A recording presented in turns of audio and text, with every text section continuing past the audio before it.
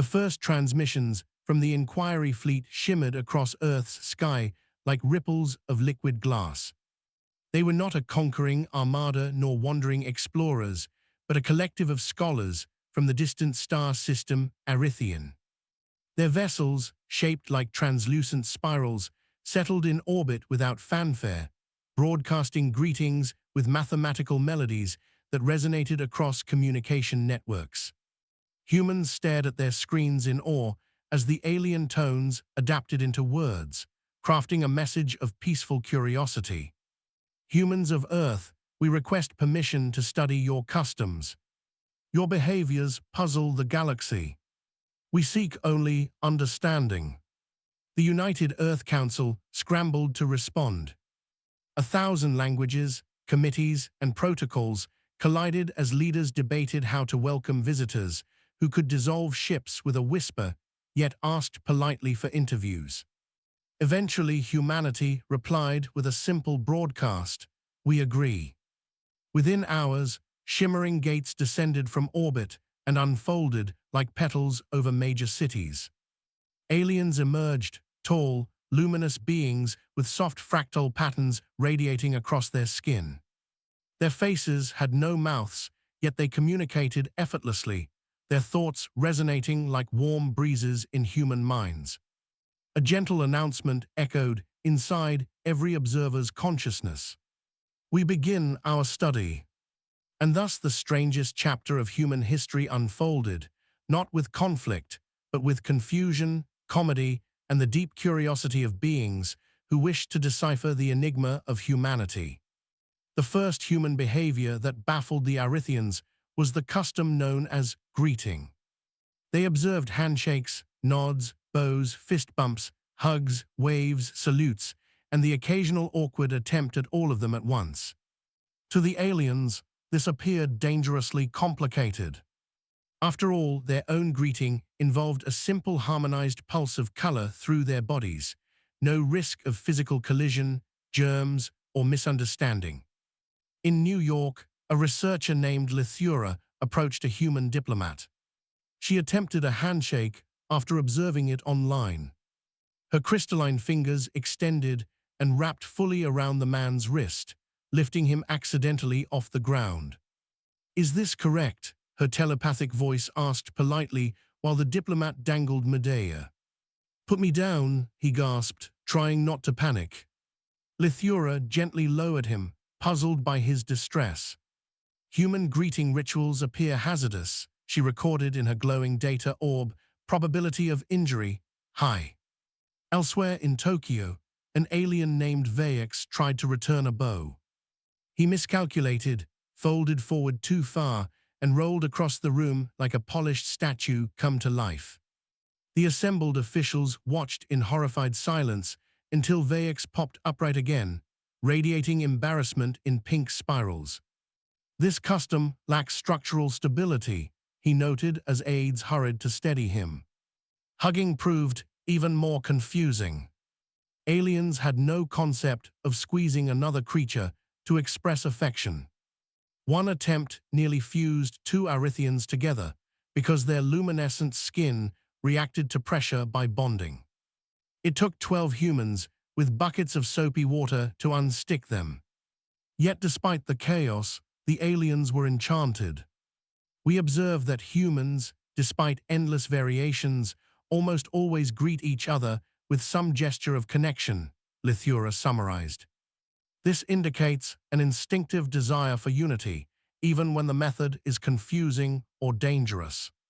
Humans found themselves unexpectedly touched by this interpretation. Perhaps their messy rituals were, in fact, evidence of something deeper, something beautifully human. When humanity invited the Arithians to observe a dinner, they expected curiosity, but not existential crisis. Food, it turned out, was utterly alien to aliens. The Arithians sustained themselves through energy absorption, drawing nourishment from starlight and electrical fields.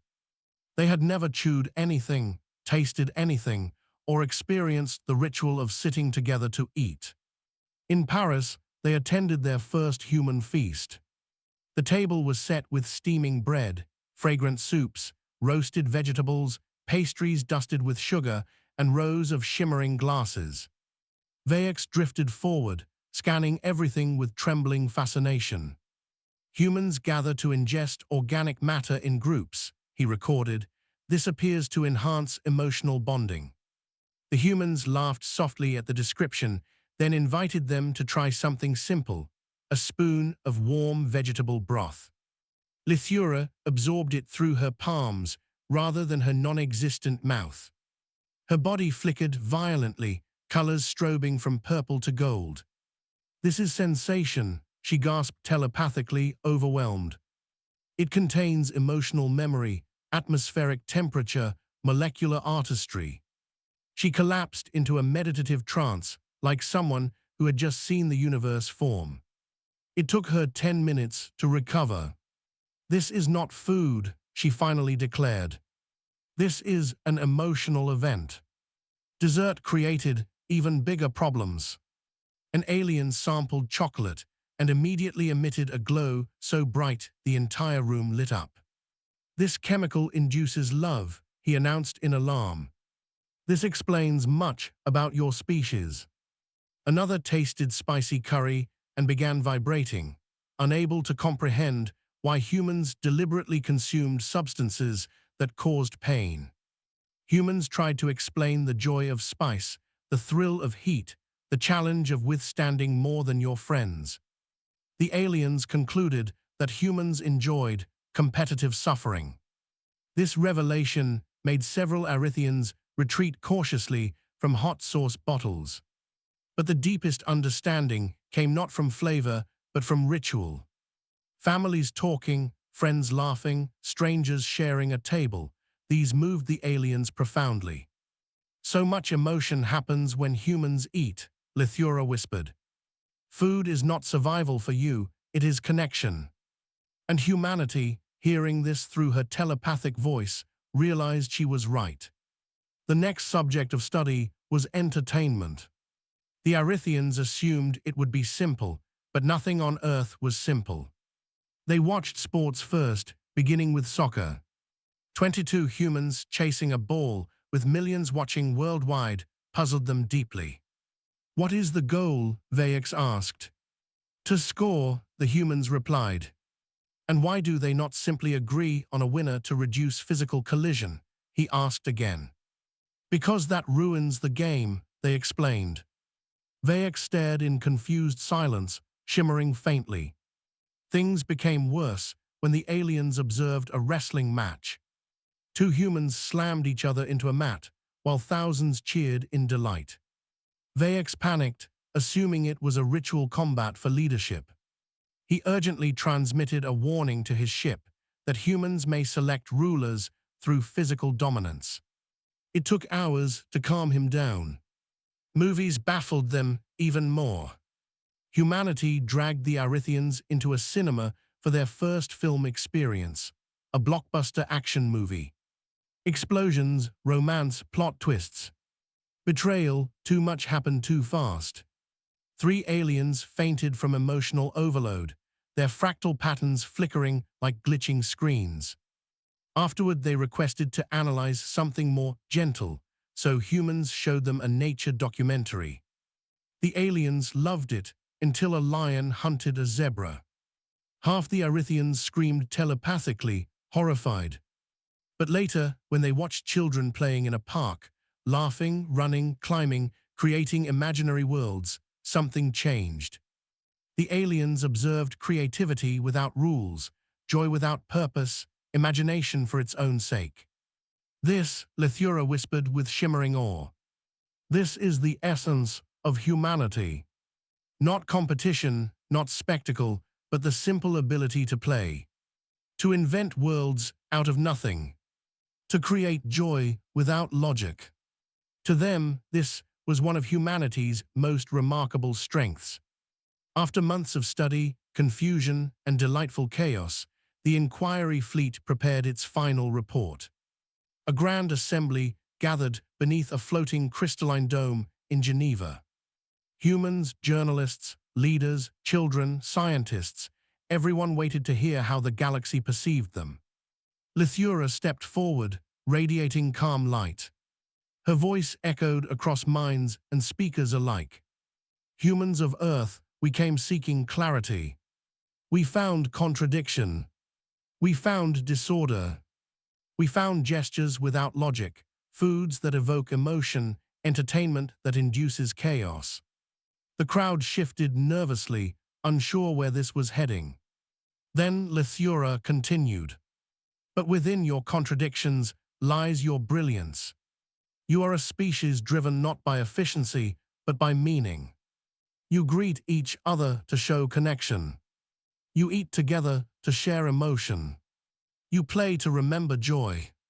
You create rituals, stories, flavors, challenges, and dreams not because you must, but because you choose to. The dome glowed with her words. This is what no other species has, she declared. A conscious embrace of a logic, a deliberate creation of beauty, a need for wonder. These traits cannot be quantified. She paused, and every human held their breath. Your strangest customs, Lithura concluded, are the ones that make you extraordinary. With that, the inquiry fleet departed. Their ships shimmered like fading stars as they returned to the cosmos, carrying the story of humanity across galactic maps. They left behind no weapons, no warnings, no demands, only understanding.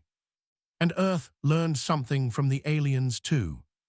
That perhaps the very things humans apologized for, their messiness, their unpredictability, their emotions, were not flaws but features. Not weaknesses but wonders. Not chaos but the language of a species that had made meaning its greatest invention. And somewhere in the distance between stars, the Arithians recorded a final message in their archives.